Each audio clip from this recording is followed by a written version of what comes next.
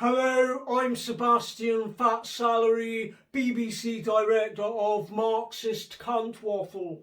A big part of my job is to make sure that the BBC is representative, inclusive and diverse. And that's why I'm delighted to announce that by 2027, 25% of BBC staff will come from poor, lower class backgrounds. It's a fantastic initiative that we've come up with at executive level, and we'll all be giving ourselves a pay rise accordingly. Obviously, the 25% of BBC staff from lower class backgrounds will be predominantly engaged in menial job roles, cleaning toilets, flipping vegan burgers in the BBC canteen, that sort of thing.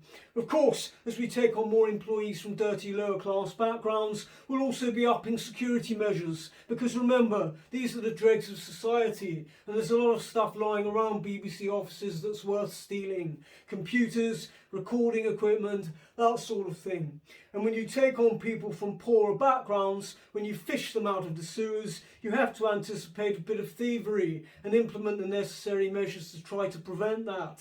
Additionally, all poor people that we employ will be given speech therapy and elocution training, because we don't want a load of regional accents around the office. It lowers the tone and sets a bad precedent that could encourage a drop in standards.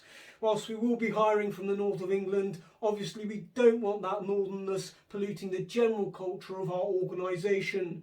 We don't want them coming into the office with a ferret under their arm and breeding pigeons in the stationery cupboard.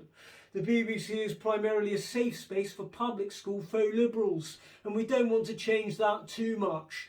Nonetheless, 25% of BBC staff will come from lower class, poorer backgrounds by 2027, and we will be paying them accordingly. We'll be reducing salaries in accordance with the poverty to which our new employees are accustomed. Partly that will be a money-saving exercise to offset the loss of income from greatly reduced licence fee revenue, but it's also partly an ethical thing. You can't suddenly pay poor people a lot of money. They'll only spend it on tracksuits, slot machines and heroin. Next thing you know, they're in prison and you've got to go through the whole hiring process again. It's just not practicable. Best to keep these scum on the low wages they're used to.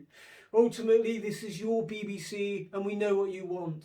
You want quality programming and impartiality, but we're not giving you that. We're giving you specious progressivism. Like it or lump it.